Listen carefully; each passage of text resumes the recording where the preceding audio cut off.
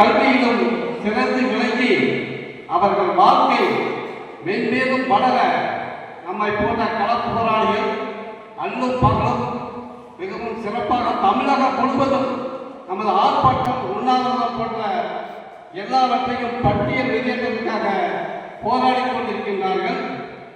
நானும் வருகின்ற 28ஆம் தேதி சேலத்திலே பட்டியல் வெளியேற்ற ஆர்ப்பாட்டம் வைத்திருக்கின்றேன். எனவே தொடர் போராட்டத்தை நடத்தி கொண்டிருக்கின்றேன். எனவே இந்த தருணம் சரியான தருணம்.